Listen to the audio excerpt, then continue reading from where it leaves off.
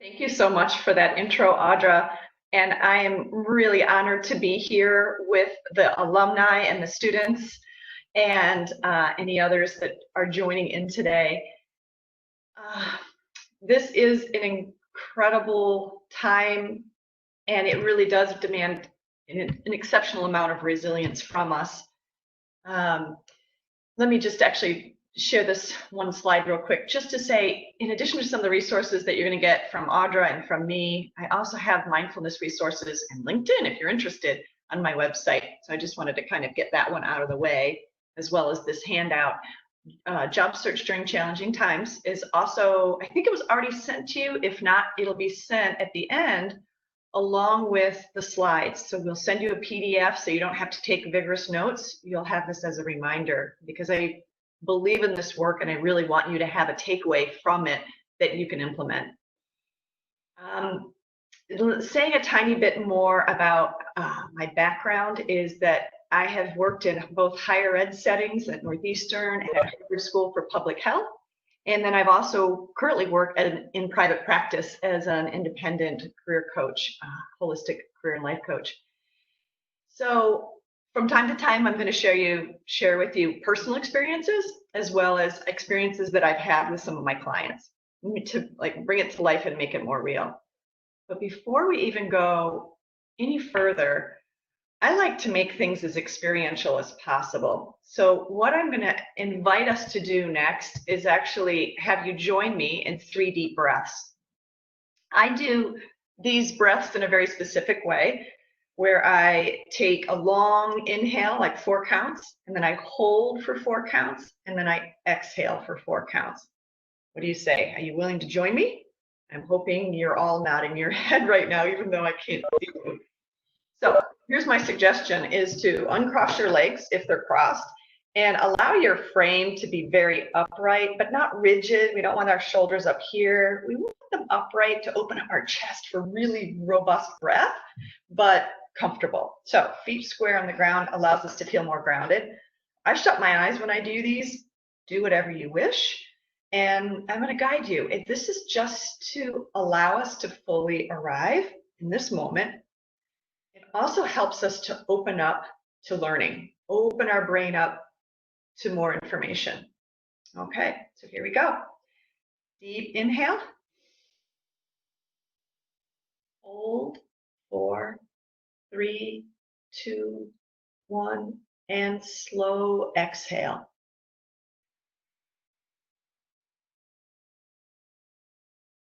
Another in-breath.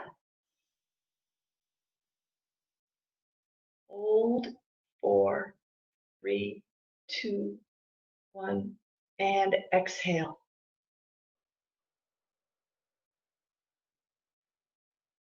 Last deep breath. And hold, 4, 3, 2, 1, and slow exhale. And then just sit quietly for a moment, taking 2 or 3 regular breaths at any pace.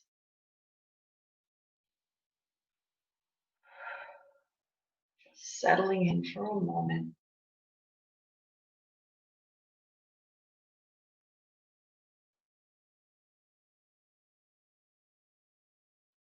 And then bringing yourself back.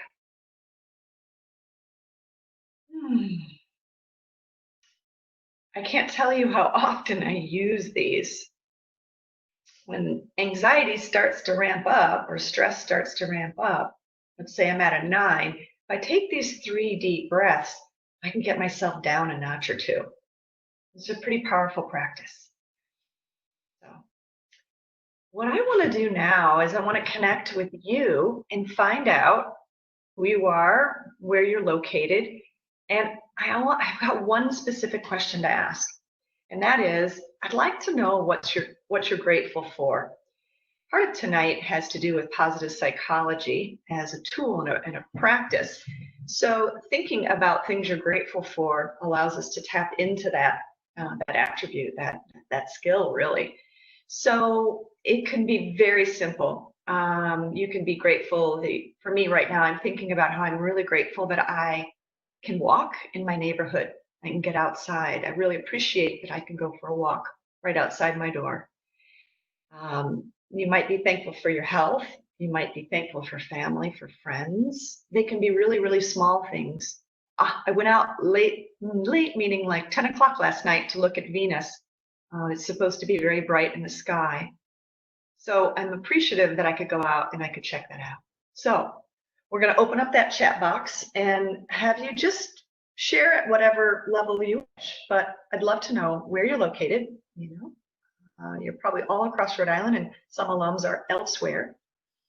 And if you feel like sharing what you're grateful for, it'd be so nice to hear from you.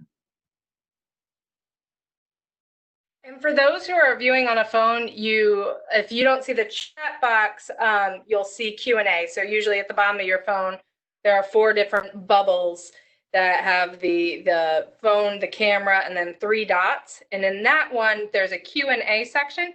You can use that as your chat feature. Perfect. This will also help us test it to make sure it's working. Here we go. Time with family, access to the outdoors. We've got Connecticut and Narragansett so far.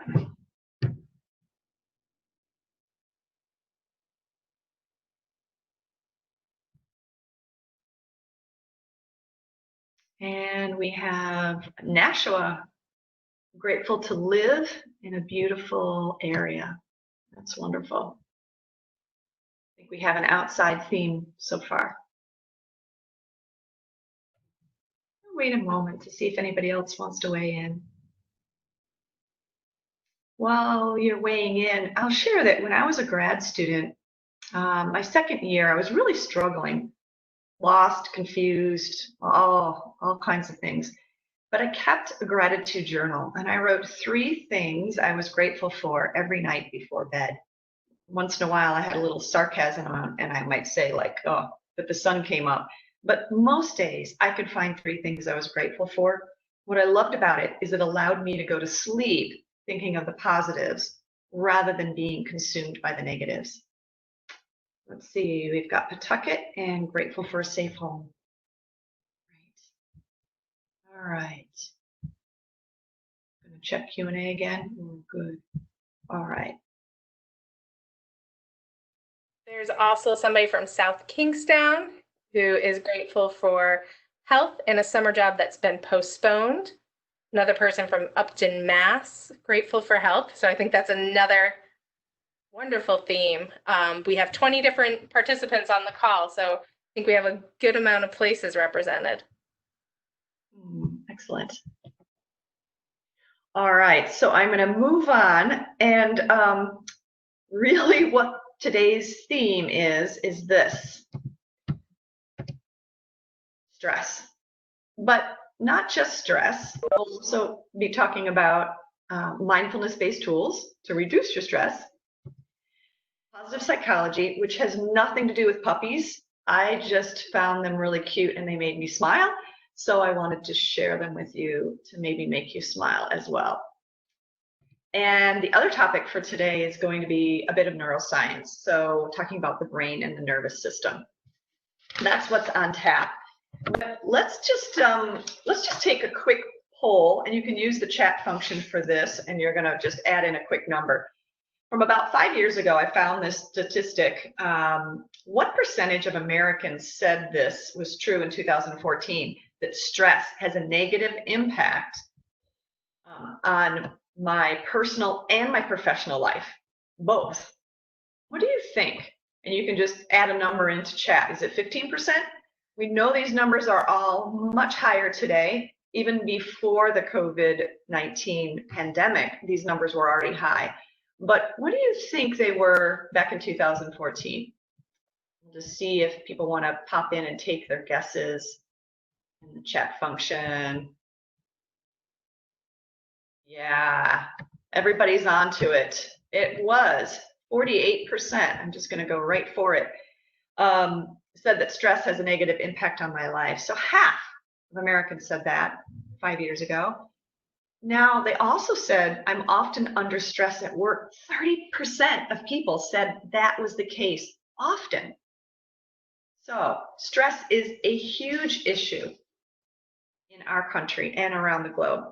So here's what we're going to cover today. I'm going to share a little bit of my backstory. It's a little bit about why I do this work, specifically about resilience and mindfulness and positive psychology.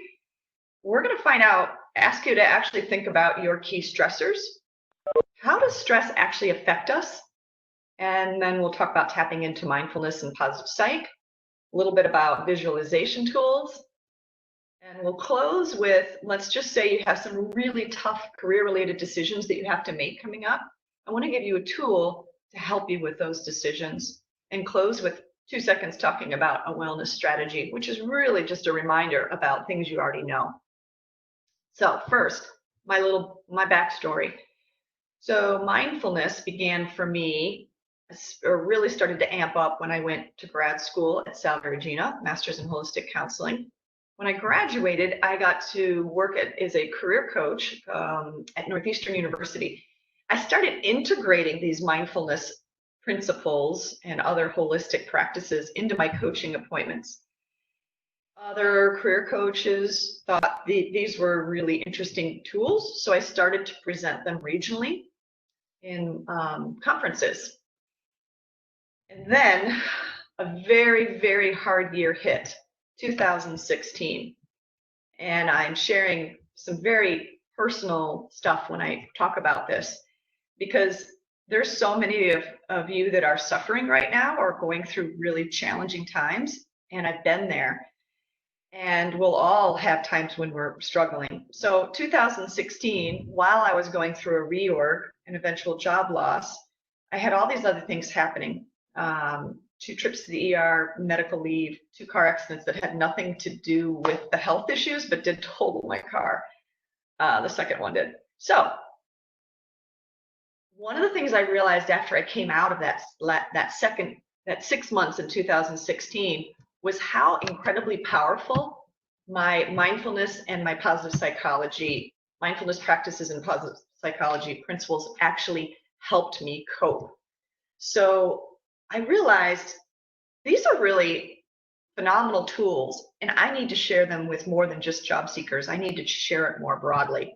So this is what kind of was my inspiration to move beyond higher ed environments. Now I'm back in a higher ed environment right now, but I'm also teaching this in other places at this point.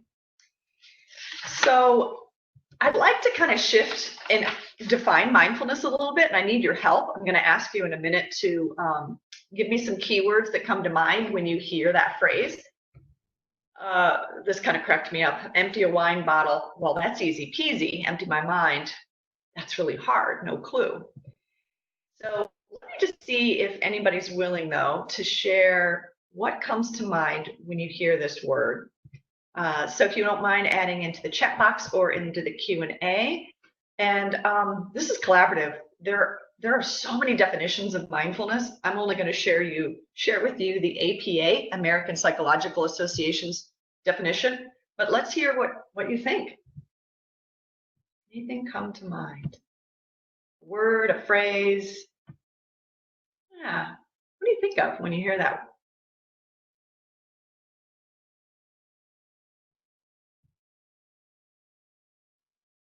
Being present and aware of yourself and surroundings. Here's another one for being present. Carefulness, like paying attention, paying active attention to yourself, your surroundings, etc. Awareness. Yeah, really good. I love these words. They all fit. And the way the APA describes it is a moment-to-moment awareness of one's experience without judging it. Not saying it's good or bad, just it is. Sometimes I think about it as one-pointed focus too, but we'll talk more in just a moment. Now, there are people that are like, oh my gosh, what? You don't want me to sit on a cushion for an hour? Come on, you want me to do nothing? What is the point? This is such a waste of time. And I kind of thought that earlier on, that this just didn't seem like very worthwhile. But I also look at mindfulness more broadly and meditation more broadly. So it's not just, mindfulness isn't just sitting down on a cushion and doing nothing or trying to empty your mind. In fact, in my undergrad years, rock climbing, I think, was something that was super helpful to me. I was this overdriven student and I just kind of too intense probably. And when I was rock climbing, all I could pay attention to was my next handhold and my next foothold. It was such a good practice of blocking out everything else and being really present with what was right in front of me. So just have so much gratitude actually for the fact that I fell into a group of outdoors people and got a chance to learn how to rock climb. So if you're like, I can't sit on a cushion, there's a lot of other ways that you can get the same benefits that we're going to continue to talk about that you can get from mindfulness broadly. So here's some of those benefits. It actually strengthens the immune function, so we can be stronger for combating whatever our body has to combat. Increases positive emotions, decreases negative emotions. Some other really cool things about how it affects our brain. So mindfulness practices are actually linked to increases in learning and memory, and that ability to focus or have that attention, and even helps with our empathy. So lots of really positive reasons to practice mindfulness. And then I really like this article that came from Harvard Business Review. It talked about those that are practicing meditation. And here are the three themes. Enhances creativity and focus. That's pretty powerful. So with understanding and definition of mindfulness, let's shift to you and let's actually kind of look more closely at your life and about your stressors. I'd love to know, what's challenging for you right now, in particular your stressors. Can you think about the things that are currently causing you stress? And they can be numerous. So when you feel comfortable, reflect for a moment, and you can add it into the chat box. I'm going to share a couple of mine. Concern for the health of my parents. They have tested positive for COVID a couple of weeks ago, and stepmom's on a good track, but my dad is still has symptoms. He is doing better, but this is concerning. I worry for people who have lost their jobs. The other thing that is hard for me is there's so much that's out of our control, and that is really hard, I think, for all of us to deal with. I get stressed when I have too many things happening at once. And my other stressor, big one, is insomnia. So if you feel comfortable, I'd love to hear what's on your list. And there's a couple reasons for this. One, we feel less alone. And two, when we're really clear about our stressors, we can address them more directly. So let's see if you're game and willing to add a few to share with others. And did any of mine resonate? Upcoming finals, graduating and not knowing what's coming next, possibly not being able to find a job. That is a huge stressor. So much unknowns there. And to have to focus as you go through finals has got to be really hard too. Let's see if anybody else wants to weigh in on what those stressors. A general undecided about what to do in life. And family health, field work cancellations, having a cross-country move 3 months ago, not having a job and feeling really alone. A good friend goes flaky. That's a lot to deal with.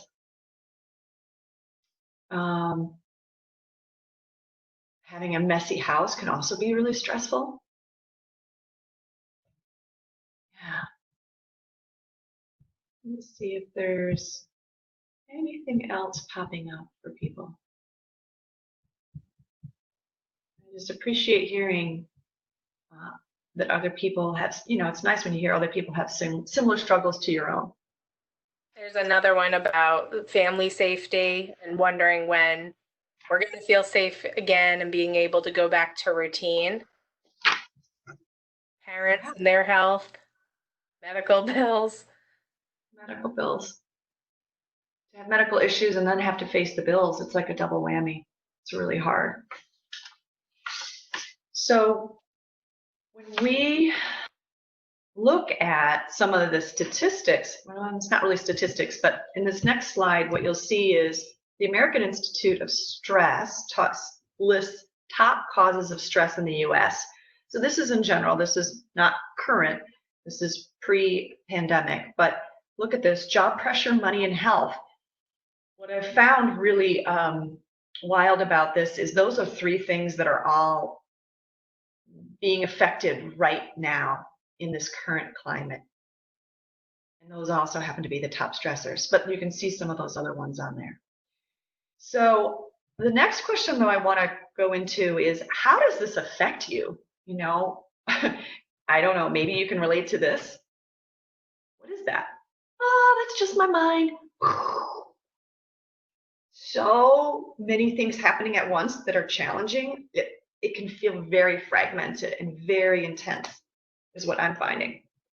What I'd like to find out is thinking about your own experience, how does stress affect your body, your mind, and your emotions? Any one of those. I mentioned earlier insomnia is one of the things that I have to deal with. That's, I guess, affects body and mind.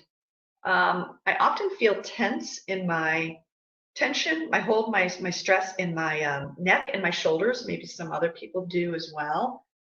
Yoga is really important there. So if you don't mind taking a moment, tell us how it affects you. So we're kind of like remembering, what is it that happens when I'm under this intense stress or chronic stress?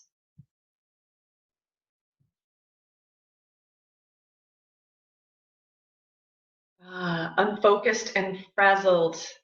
It's so hard to focus right now. Can't sleep, neck hurts, hard to focus. There's someone else. Irritability. Oh, that is such a big one right now. I feel like I have a very short fuse, and I'm normally a really compassionate, grounded person. This is very jarring what's going on in the world, how it is affecting us all. Sadness, unmotivated, more about insomnia, anger. There are moments we're all really angry that these things are even happening.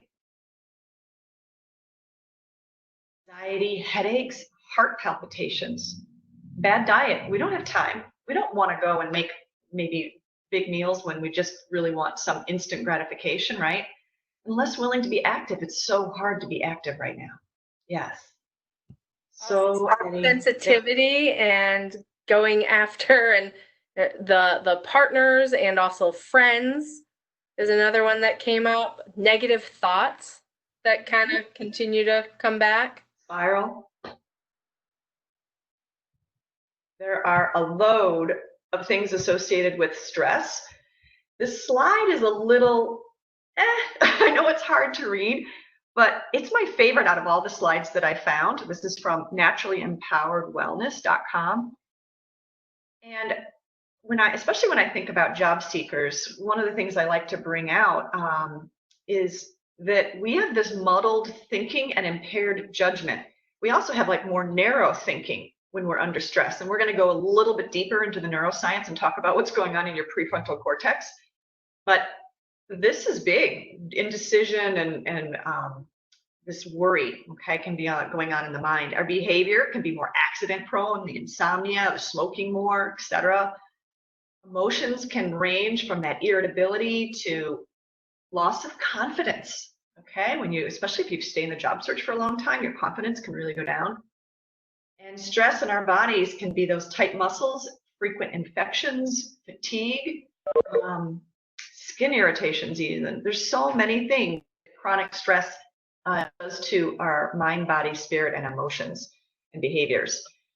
So when we get a little more micro, when our stress hormones, cortisol and adrenaline are released, what's happening is we're getting ready for that fight or flight. And so our blood is rushing to our extremities, which means our heart rate is going up, our breathing can increase. And what's happening in digestion is, well, the brain says you're not going to digest right now, you're in fight or flight. So it takes blood away from digestion. So we can have all kinds of problems with digestion, which I learned in 2016 when I had a bunch of abdominal issues. And it was really because of stress.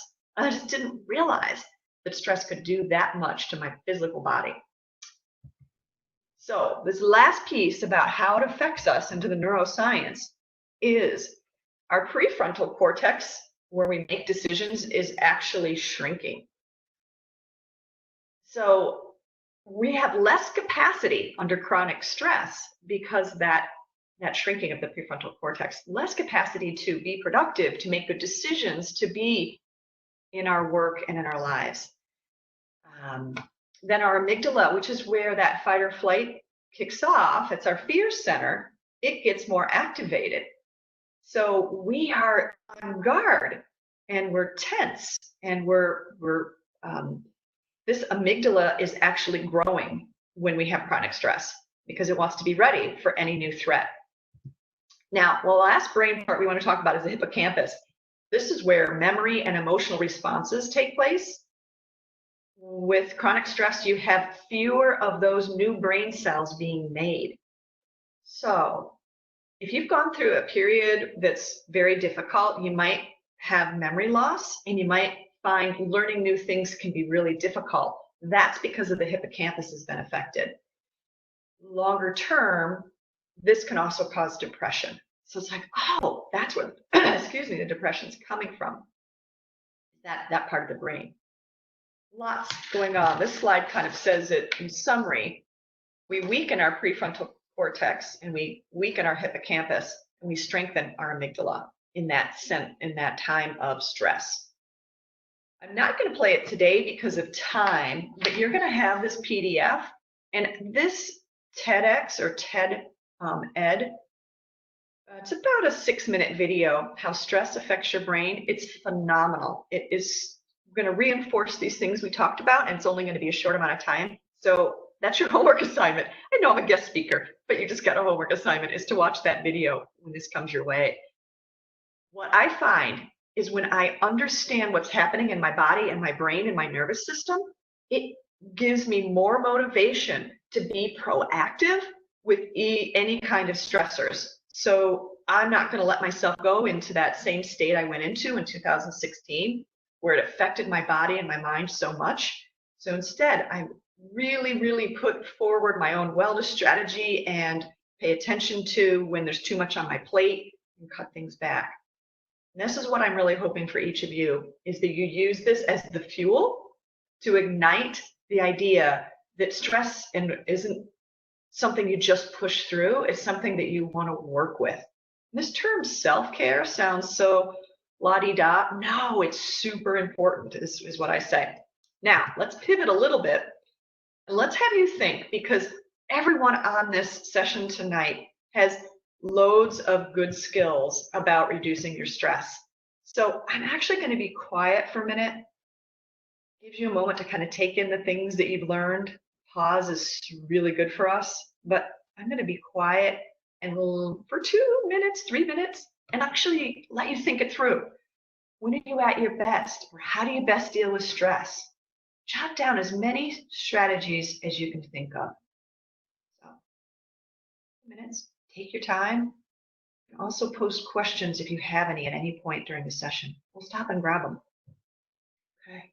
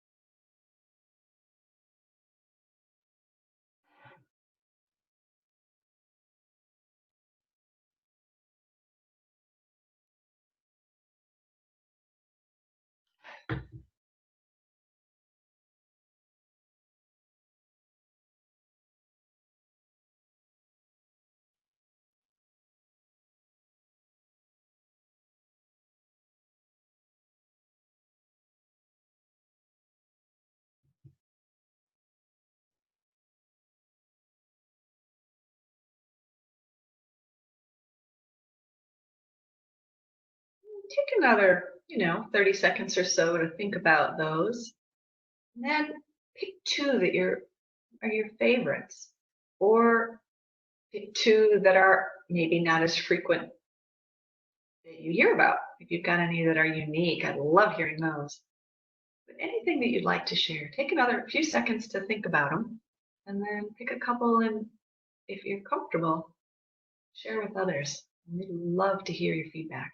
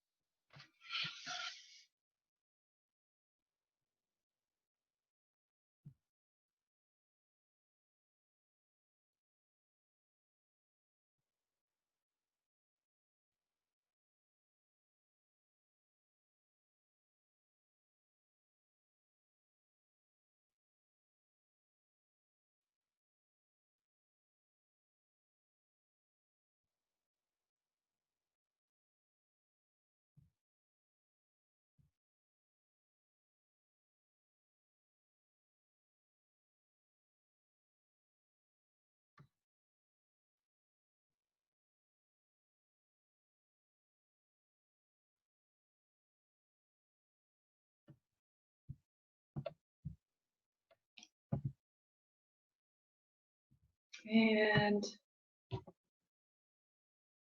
Audra, what are you seeing there for us? It's fun to hear from you as you look at these yourself. Yeah, so I see the going for a walk, eating chocolate, listening to audiobooks, walking, swimming, tai chi, talking with others, putting my feelings into drawing or writing,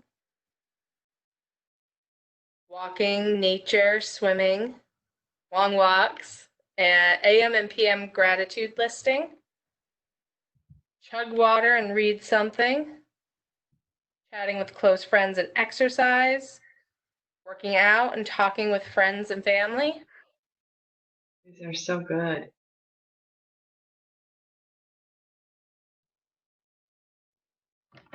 And do you have your favorite, Audra? Well, it's funny because when I think about what I do, it's eat chocolate. But what actually helps me is definitely for me, I'm a super duper extrovert.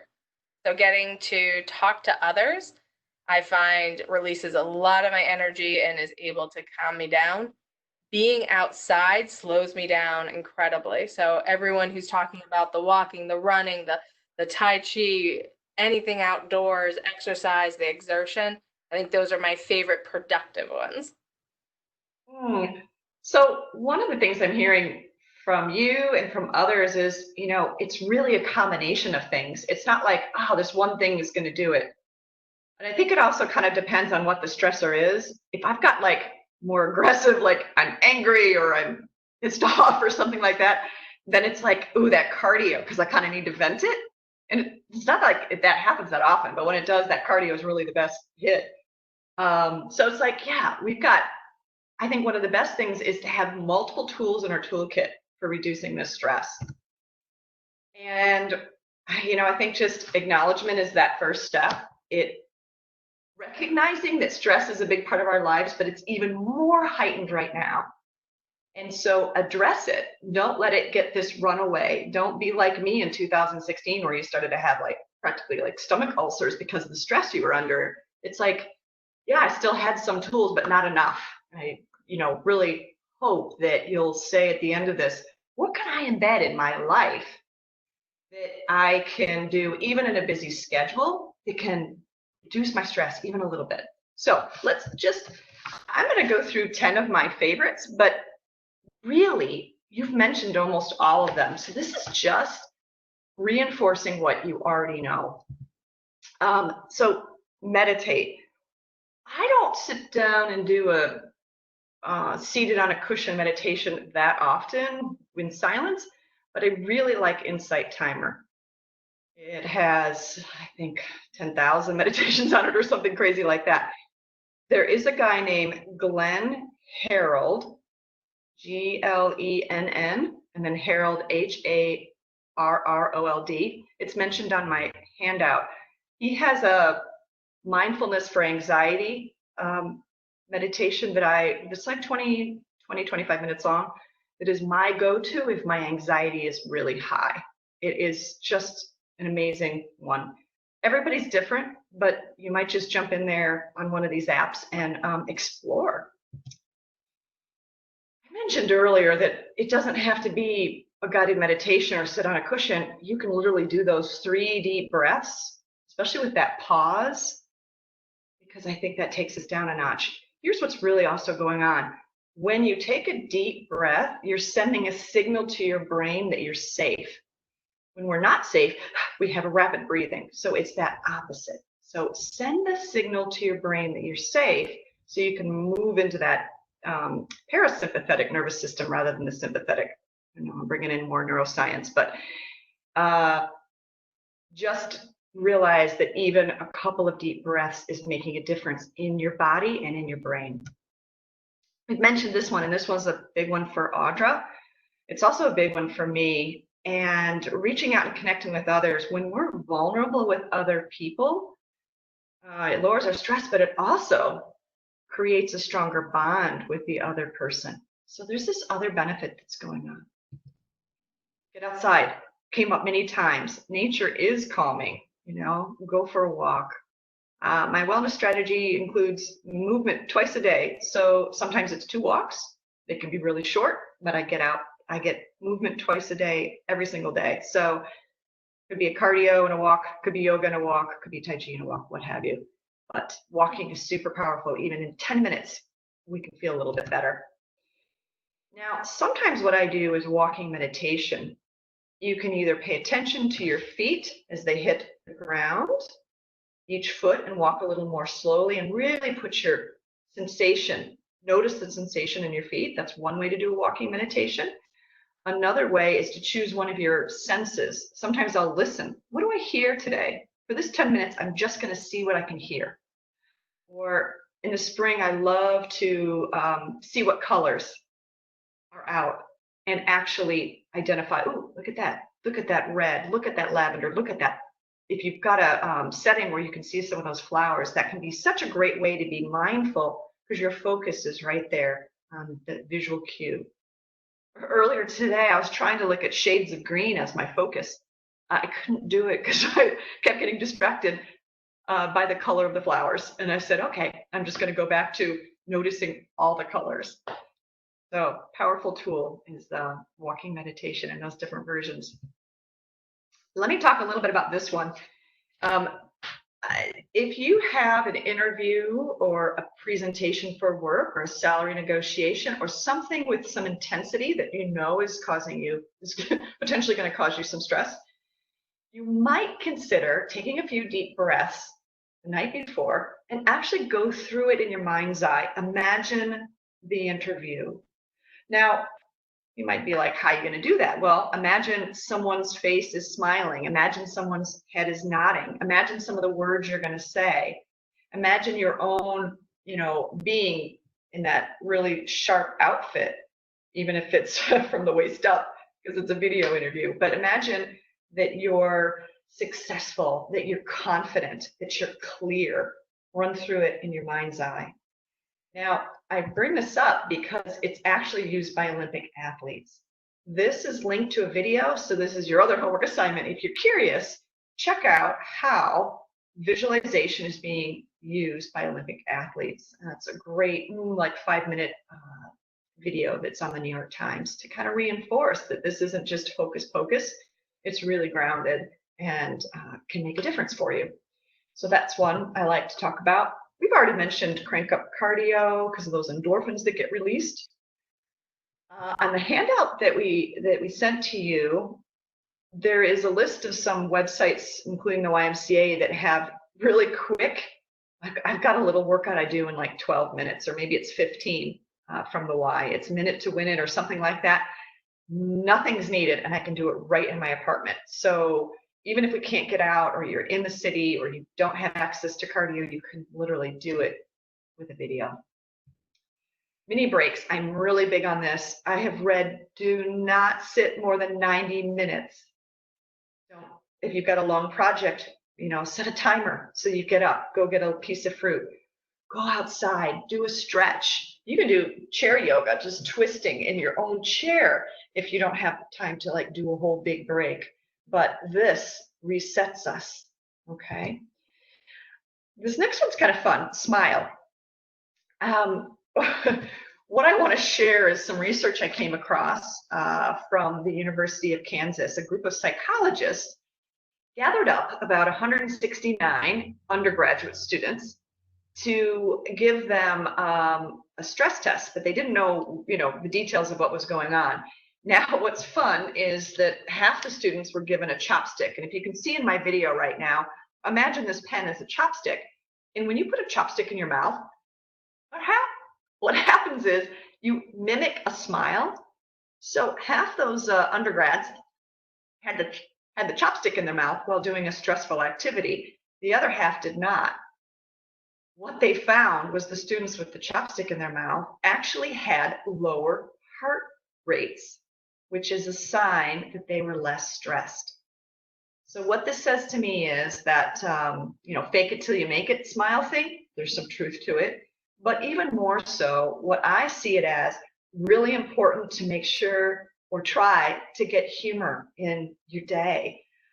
Crack bad dad jokes if you're a dad. Go find Stephen Colbert or some other comedian and watch a section to give you that excuse for that smile, because it's actually reducing your stress. So that one's, I think, a really fun one. Another one is activating our senses. And this, I'm sure lots of people do this. Match your music to your mood. The other one I really like is lavender. So I have lavender oil, and once in a while I will put lavender oil like right underneath my lip before going to sleep, because then I'm just smelling it. So there are incense, there's other scents that you might enjoy that can calm you. Why not use them? And then gratitude is what we started with, and I'm really an advocate for. There's somebody named Rick Hansen who's written a book called Hardwiring Happiness, and he said that our brain is hardwired for survival. So it's going to take in the bad and hardwire it far faster than anything good. So to counter it, spend 20 minutes taking in the good. My fun way, I call it MMs, meaningful moments, to hardwire in the good, and really simple moments, whether it's a road trip with a friend, making some soup, noticing nature. So I will often say to friends, I'll text it, I'll do it with my husband, it'll be, what are your MMs for the day, or what are your MMs for the weekend? I think it works really well with kids too, and I happen to love chocolate. I think Audra said she loves chocolate, so I relate to that. So maybe that's a fun way for you to incorporate a little bit of what's meaningful or memorable or good in a given day. So I'm curious. It's really good if we reflect on some things that we've heard. Out of all the stuff we talked about from all the participants and some of those things that I just mentioned, what do you think could be something that you could imagine adding into your life, or a pause that you want to take and have for yourself? But let's just see if people feel like sharing what might be nice to add in. I'm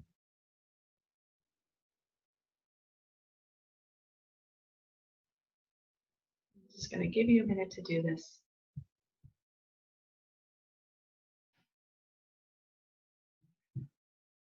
You might have heard something from the dialogue earlier that someone else said that you really like. I liked audiobooks. I thought that was a good one, so I'm thinking about that. I also like the idea of writing. I used to do that. A long time ago, I would write when I was stressed to kind of vent it and process it. It was a really good avenue for me, so I may need to return to that. So there could be something someone said earlier, or one of those 10 that I just mentioned.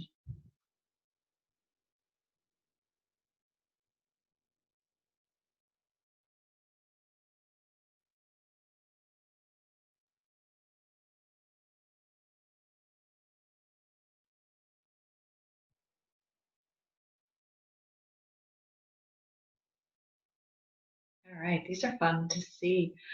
More music. That's great. And I like this one, a family gratitude sheet on a giant poster. Love those. I can just picture this big sheet, and maybe everybody gets a sticky note every day, and they can put on the sticky note what they're grateful for and then pop it up on that sheet so that those are really present. I think that would be really fun and great visual. Quick breaks throughout the workday. So glad you like that one.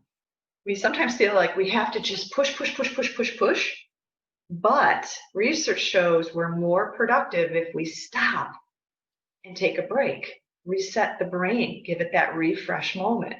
You're going to do better, more efficient and effective with your work when you take a break.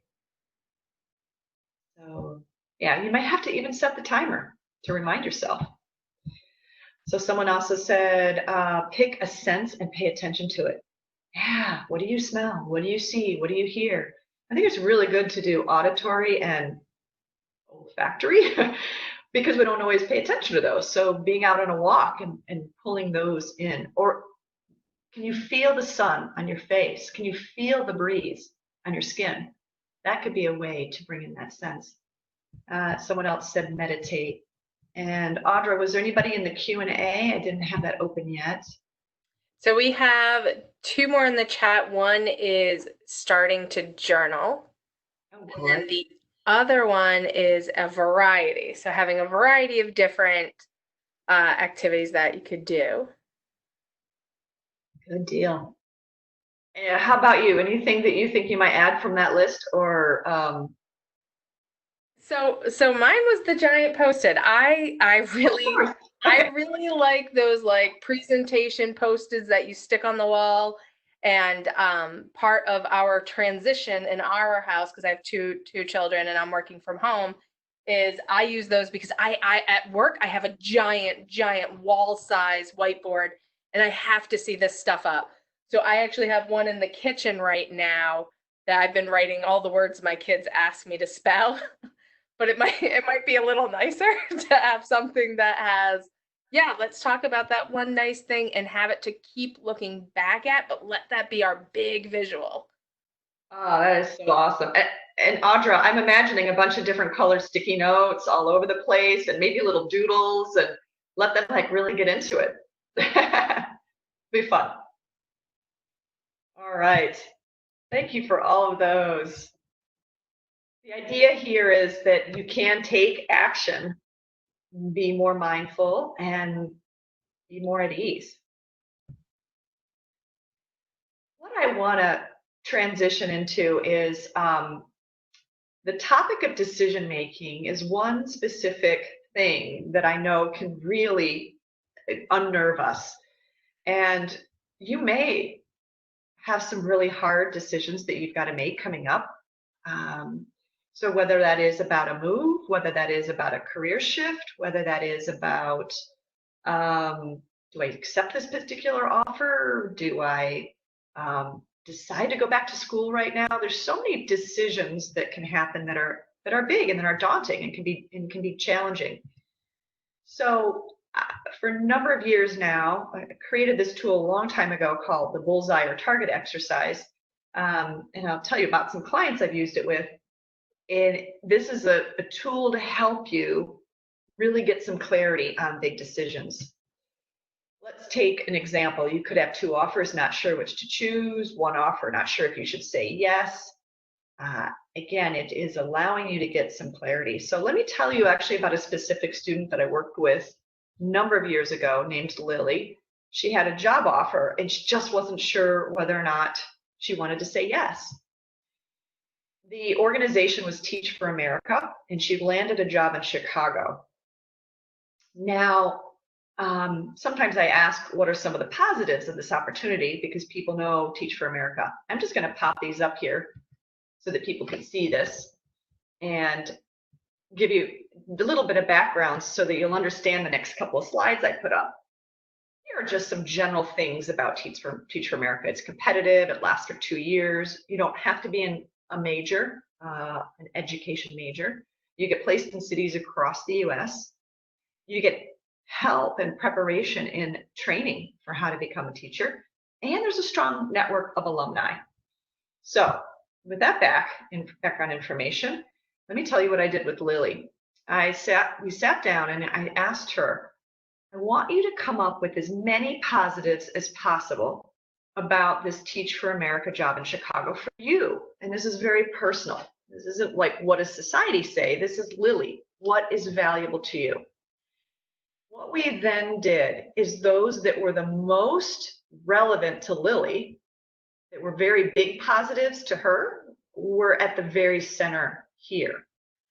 Level 2 were still really important positives, and level 3 was that kind of mediocre, not as important, so that as the concentric circles go out, they're less important. What we end up with is a weighted pro-con list rather than just a strict pro-con list, which doesn't tell the full story. Here's what it looked like. So the organization matched her values, and she was really excited to move from Boston to Chicago. Those are really big reasons for this. She was also excited about the reputation, and she knew that she wanted a job that was going to work with kids. The training was like, so it was like level 3. Now, there were actually way more than this on the original list, but I wanted to keep it really simple so that you could see how this could potentially work for you. Now you can then do the same thing with the negatives. If she doesn't say yes, what are the consequences, or what is it, so you can do both. You can do all sides. You can do this if you have 2 grad programs. You might end up with 4 grids. Grad program A, positives. Grad program A, negatives. Grad program B, positives. Grad program B, negatives. So by having these visuals in front of you, you get to then say, for me, here, all I have to do is now look at the core of the positives and the core of the negatives to make this decision. So I'm hoping that might end up being helpful for you at a later point if you need to make a tough one. Then the last thing we'll close with in our last 2 minutes is the idea to actively have a wellness strategy. Now, in my coaching work with individual clients, I'd say 90% of the people that come to me for my work are career changers. And career change on top of, and then plus the job search, and some of them are in really toxic work environments, or they're unemployed and they're freaked out. So there's a lot of stress already. So what I do is I ask all of my clients to work with me to develop a wellness strategy. What is it that you need to pay attention to make sure that you can be at your best in this difficult time? So this proactive approach to our stress. So when I work with people to develop their strategy, I look at movement and exercise, social emotional, nutrition, and sleep. These are straightforward, and everybody on this webinar knows they're important. You hear this day and night. It's so common. And these would be some examples, though, of people making some choices. You know what? I'm realizing, Sabrina, I've got that elliptical in my basement and I'm not using it. I really got to start doing 3 cardio workouts a week. Okay, so that goes on his wellness strategy. And so each of you might think about those categories, going back again. What am I doing for my movement and my exercise? Who am I reaching out to, and how am I handling my emotions? What am I doing with nutrition? Nutrition is your fuel. What's my sleep hygiene? So you might ask yourself, gosh, is there one area or 2 areas where I really want to beef it up? And you might create your own homework assignment. I had one client that was not cooking the best meals. She ended up saying, okay, Sunday nights, I am going to do some cooking for the week, because it was just so hard during the week. She was doing a job in a job search. It left her very little time. So she said, on Sunday, I'm going to cook for a couple of different meals, and then I'll have it for the week. Another one of my clients was struggling to do her cardio workout in the morning. She'd committed to 3 days a week, but one of the problems was what time she was going to bed. But really, the problem was she was going to sleep with her laptop. And we were like, that's not good for the screen, for that blue light. It's messing with her sleep. So she realized, okay, no laptop in the bed and no screens after 10 p.m. And that helped her. So you might think, what can you create for your wellness strategy? One more video that you might decide you want to play later, it's going to be linked right to this presentation, is Sean Aker. He has this TED Talk, The Happy Secret to Better Work.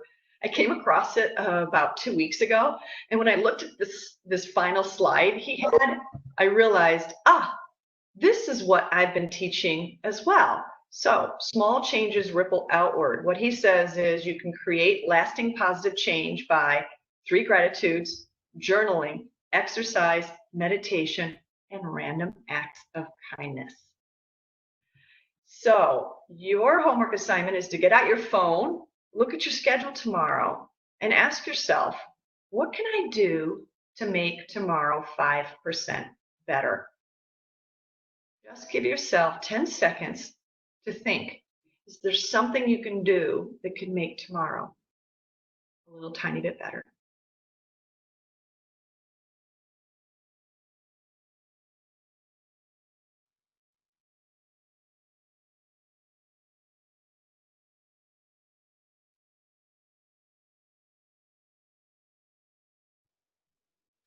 And in my final slide here, I've got lots of mindfulness resources on my website. And I really love this final mindful or mindful. And you're welcome to connect with me on LinkedIn.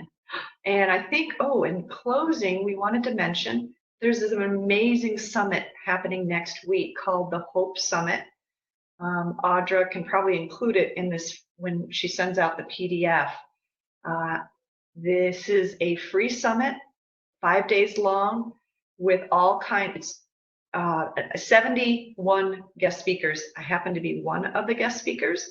I'll be talking about resilience along with Jack Kelly, who is a senior contributor to Forbes, and he's also a recruiter. So the two of us are going to banter in a fireside chat, 5:30 on Monday night, Eastern Time, in case you want to join us. And again, all of these sessions are free, and the panelists, I can't even believe that I get to be part of this because they're really exceptional individuals.